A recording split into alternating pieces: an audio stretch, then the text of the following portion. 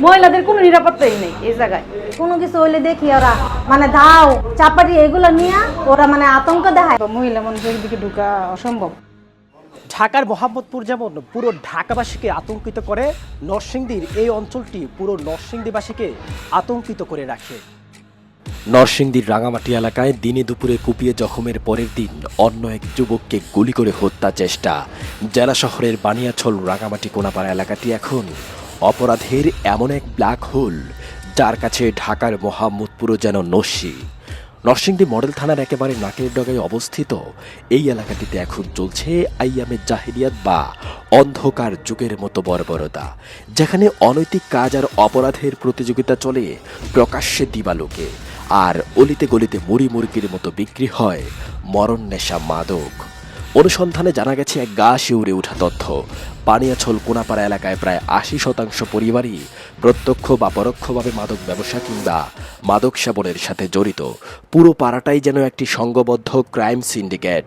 এখানে ভালো ও ভদ্র মানুষের বসবাস অসম্ভব হয়ে পড়েছে। কোনো গৃহশিক্ষক এলাকায় ঢুকলে তাকে হেনস্থা ও নির্যাতনের শিকার হতে হয়।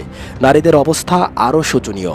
এখানে পা রাখা মানেই চরম ইফটিজিং, কুপ্রস্তাব আর শ্লীলতাহানির শিকার হওয়া।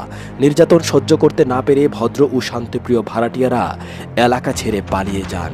আর এই শূন্যতার সুযোগ নিয়ে দেশের বিভিন্ন অঞ্চলের দুর্ধর্ষ অপরাধীরা রায়পুরা, কাউরিয়াপাড়া সহ দেশের বিভিন্ন ডেঞ্জারাস জোন থেকে দাগি ও চিহ্নিত অপরাধীরা এখানে এসে বাসা ভাড়া নিয়ে আস্তানা গেড়েছে।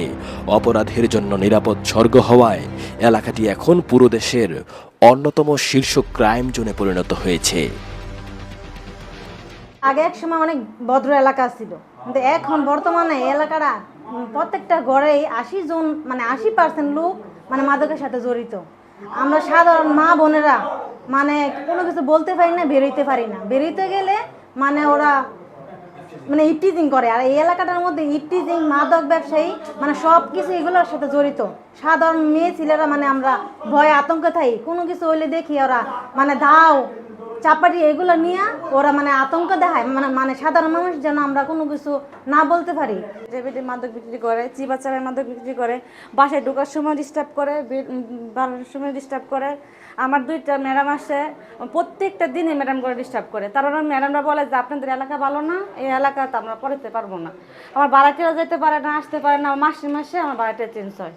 তারপরে কালকে আমি একটু বলছি যে আমার বাসার সামনে থেকে আপনারা একটু দূরে যান, দূরে গিয়ে বিক্রি করেন। এই কথা বলার কারণে আমার বাসাতে এসে আমার মারা শুরু করে দিচ্ছে। আমি একটা প্রেগনেন্ট মহিলা, আমার হাজব্যান্ডকে গিয়ে বলছে যে করছে আমার পরে কেন মানলা, এটা জিজ্ঞেস করাতে আমার হাজব্যান্ডও কোবাইছে। 3 বছর হবে আসছি।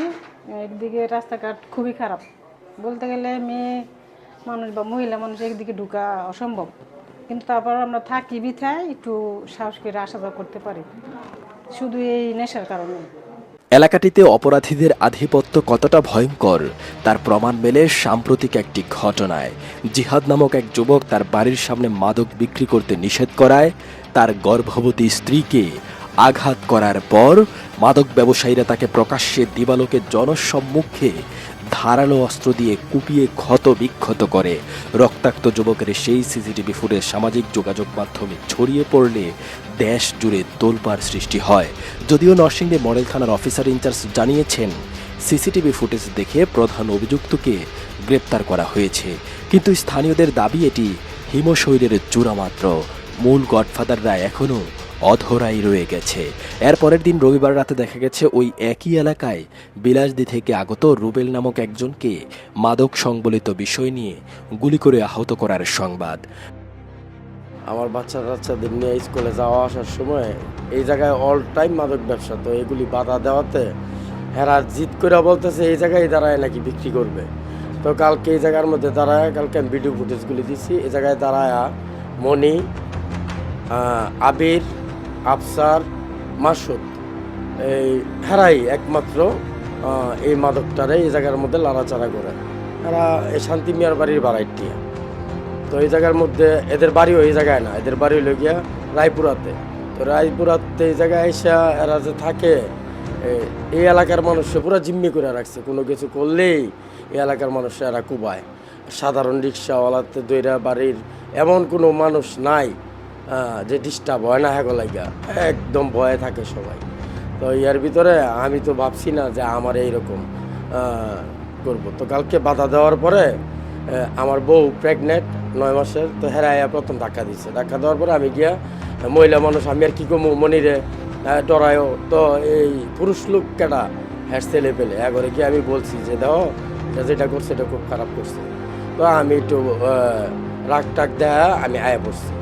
আয়া পড়ার পরে নিচে দাঁড়ায় গেছি এই জায়গার মধ্যে কেউ যেন বিক্রি না করে। তো ইয়ার ভিতরে হেরা আইয়া আমার সামনেই বিক্রি করতেছে। তো আমি 2-3টা ধমক দিছি, সিসি ফুটেজে আছে।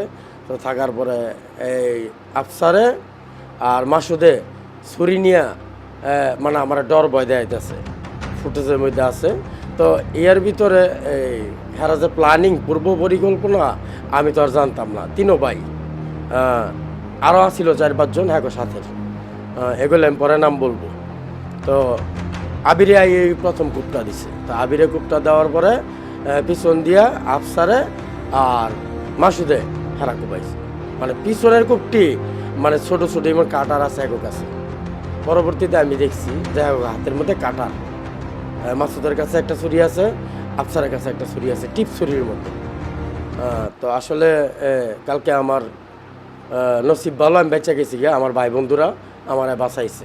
আমরা তো ধরে নিয়ে আসছি যাক তারে কোপাইছে সেটার ফুটেজ দেখে আমরা শনাক্ত করে হ্যাঁ নিয়ে আসছি।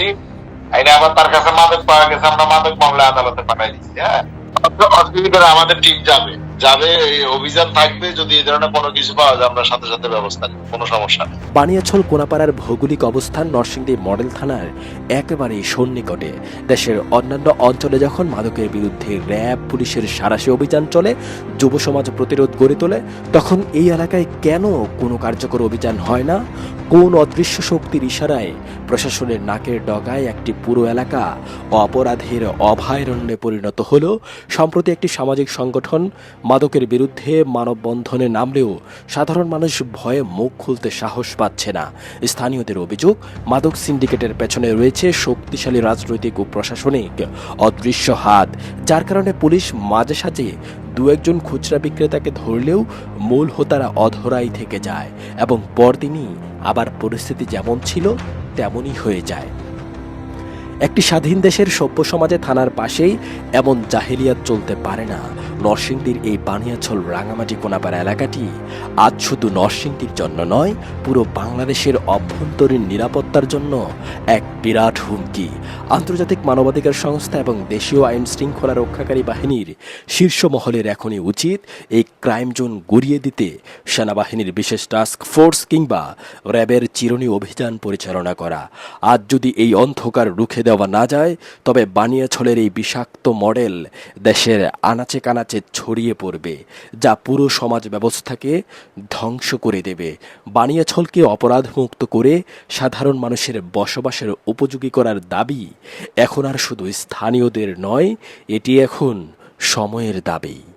শাওন আহমেদ সাদ, বানিয়াছল, নরসিংদী।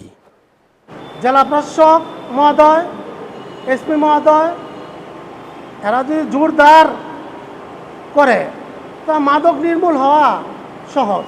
আমরা এই সাংবাদিক সম্মেলন করার মূল কারণ হচ্ছে গতকালকে বানিয়াছল এলাকায় জিহাদকে এই প্রতিবাদ করার কারণে তাকে আঘাত করা হয়েছে। আমি হুঁশিয়ার করে দিচ্ছি, যারা এই মাদক বিরোধী আন্দোলন করতেছে তাদের উপর যদি একটা আচর আর লাগে তাহলে কঠোর প্রতিবাদ করা হবে। আর আমরা তীব্র নিন্দা জানাচ্ছি এই মাদক মহলের গডফাদারদের উদ্দেশ্যে বলতেছি, আপনারা মাদক বিক্রি ছেড়ে দিন, না হলে নরসিংদীর মাটিতে আপনাদের ঠাঁই হবে না। আমি বিশেষভাবে বলতে চাই, নরসিংদীর এসপি মহোদয়ের নিকট, জেলা প্রশাসকের নিকট, আমাদের জেলা বিএনপির সংগ্রামী সভাপতি জনাব খায়রুল কবির খোকন ভাইয়ের কাছে, মঞ্জুর আলী সাহেবের কাছে, শিরিন বাবির কাছে অনুরোধ করব, এই মাদক বিরোধী আন্দোলন আমরা যেন আরও কঠোরভাবে সুন্দরভাবে পরিচালনা করতে পারি, এই নরসিংদী থেকে যেন মাদককে উচ্ছেদ করে দিতে পারি। তার জন্য আপনাদের কাছ থেকে আমরা সহযোগিতা চাই।